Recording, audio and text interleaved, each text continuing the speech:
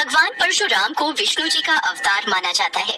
परशुराम भगवान त्रेता युग में एक ब्राह्मण ऋषि के यहाँ जन्मे थे। वे विष्णु के छठे अवतार हैं। पौराणिक वृत्तांतों के अनुसार भगवान परशुराम का जन्म महर्षि भृगु के पौत्र महर्षि जमदग्नि और माता रेणुका के पास हुआ। इनका जन्म वैशाख शुक्ल तृतीया को हुआ था। वे भगवान विष्णु के आवेशावतार हैं। परशुराम अपने भाइयों में सबसे छोटे थे। महाभारत और विष्णु पुराण के अनुसार परशुराम जी का मूल नाम राम था, किंतु जब भगवान शिव ने उन्हें अपना परशु नामक अस्त्र प्रदान किया, तभी से उनका नाम परशुराम हो गया। पितामह भृगु द्वारा संपन्न नामकरण संस्कार के पश्चात वे राम कहलाए। वे ऋषि जमदग्नि के पुत्र होने के कारण जामदग्नि और शिव जी द्वारा प्रदान किए परशु को धारण किए रहने के कारण परशुराम कहलाए। परशुराम को भगवान शिव से विशेष परशु प्राप्त हुआ था। इनका नाम तो राम था, किंतु भगवान शंकर द्वारा दिए गए अमोघ परशु को सदैव धारण किए रहने के कारण ये परशुराम कहलाते थे। भगवान परशुराम अपने माता पिता का बहुत सम्मान करते थे। वे अपने वचन पर भी सदैव अटल रहते थे। यदि एक बार वचन निभाने की प्रतिज्ञा ली तो फिर उसे पूरा करके ही रहते थे। महर्षि दुर्वासा की भांति परशुराम अपने क्रोधी स्वभाव के लिए विख्यात हैं। कहा जाता है कि एक बार अपने पिता के कहने पर भगवान परशुराम ने अपनी ही माता का शीश धड़ से अलग कर दिया, क्योंकि वे अपने पिता को वचन दे चुके थे।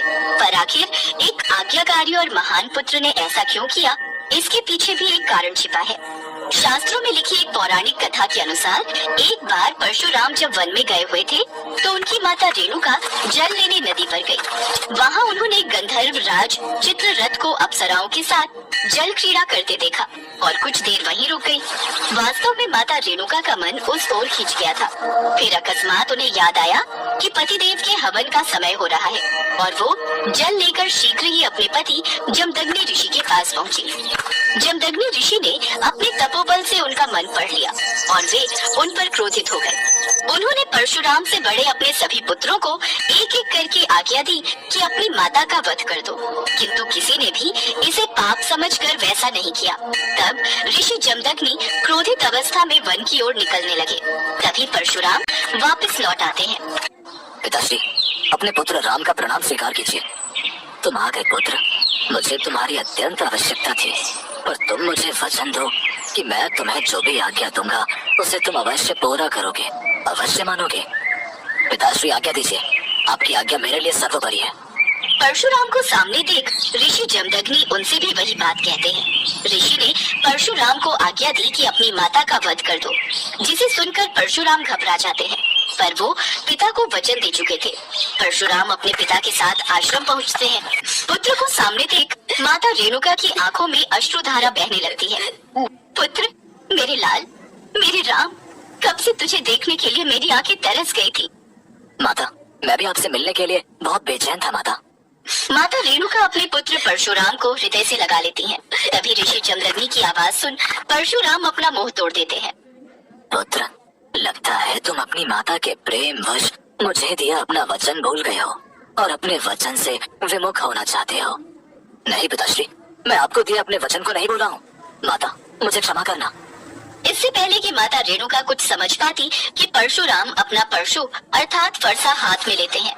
हे महादेव, आपने मुझे ये परशु अन्याय के खिलाफ लड़ने के लिए दिया था, पर आज सर्वप्रथम मैं परशु से अपनी ही माता का वध करने जा रहा हूँ। ये कैसी घड़ी है महादेव, जिस माता ने मुझे जन्म दिया, आज उसी माता का मैं शीश काटने जा रहा हूँ। माता, मुझे क्षमा करना माता। परशुराम की गूंज में दर्द था। वो अपना फरसा उठाते हैं और अपनी माता का शीश धड़ से अलग कर देते हैं। परशुराम की आंखों से अश्रु रुकने का नाम नहीं ले रहे थे। उनके बड़े भाई भी रोने लगते हैं। पुत्र की पितृभक्ति देख जमदग्नि ऋषि प्रसन्नता से फूले नहीं समाते।